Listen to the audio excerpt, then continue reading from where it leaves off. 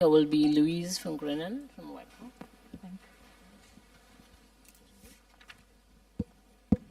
Thank you. Yeah, it's working. Thank you for the good introduction. I think you guided us well. I would like to tag on to Nick, if I can say it like this.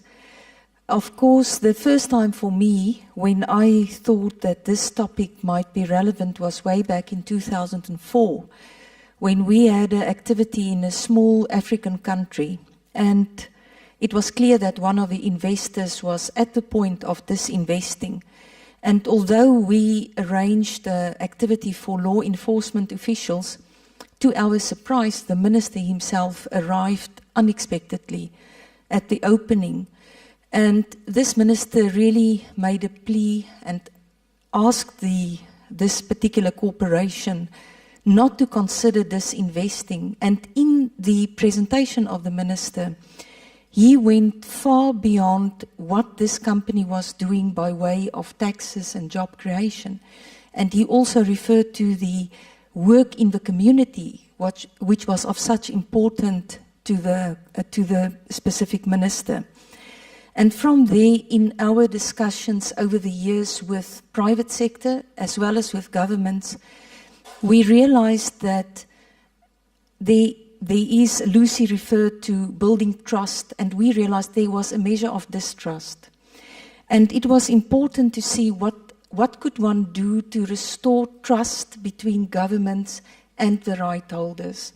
And I think Lucy summarized it very well in discussing her situation, her company's situation in China, is building up trust, building a relationship, a partnership, which then can pave the way to certain initiatives, which would then potentially be win-win to all. And I would like to think one would also bring the consumer into the situation, that it's also a win-win situation for the consumer. Now, of course, we haven't discussed this topic before, but in the framework of this specific Congress, where we really look at building respect for IP, we thought it was a good idea to introduce this topic and to look at the various views from the side of private sector, and also, very importantly, to get the views of governments, to see if this is potentially a way which we can move forward to create long-lasting partnerships between governments and investors in the interest of sustainable development. And Nick referred now to Tanzania and the projects which they had there.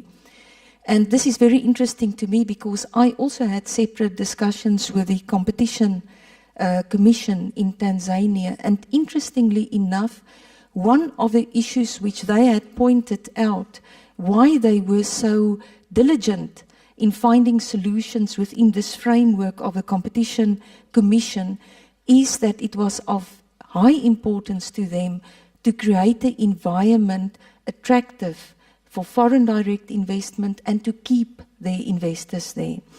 Now, I would look forward very much to hear also the side from governments, and I am sure that quite a number of people may wish to enter the discussion from the floor, because since I first introduced and discussed this topic in the framework of the IPR business group, quite a number of companies approached me, expressed their interest in this topic, and I am very grateful that we can use this opportunity maybe to hear some arguments from both sides.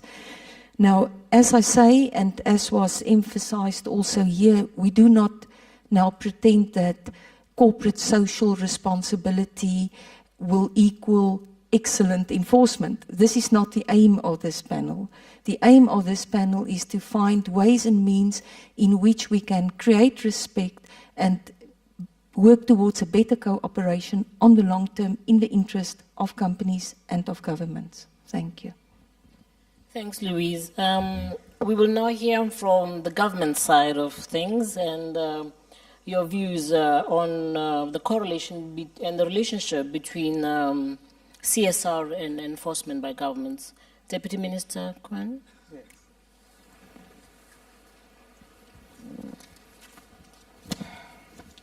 Good afternoon, moderator and ladies and gentlemen.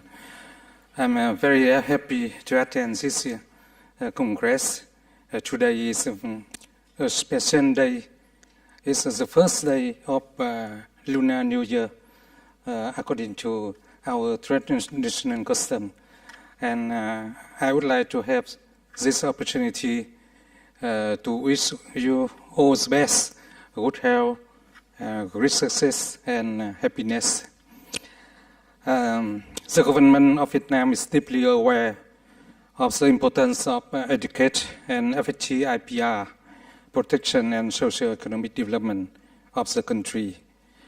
In ensuring this, it would require some efforts of both the government and private sector, especially corporate social responsibility, including multinational companies.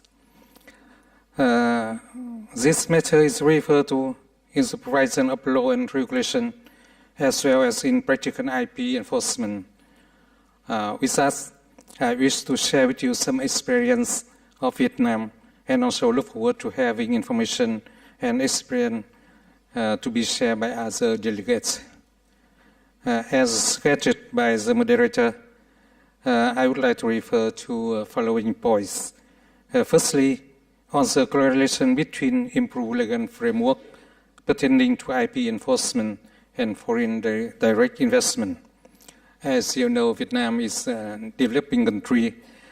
Attracting foreign investment is a big success and an important factor in the development of Vietnam. According to statistics provided by the Ministry of Planning and Investment, during 10 years up to 2009, more than 8,800 investment project FDI was licensed and newly registered, with total investment capital reached 1,024 billion US dollar. To that end, many efforts we made, including improvement of legal framework on the enforcement of IP.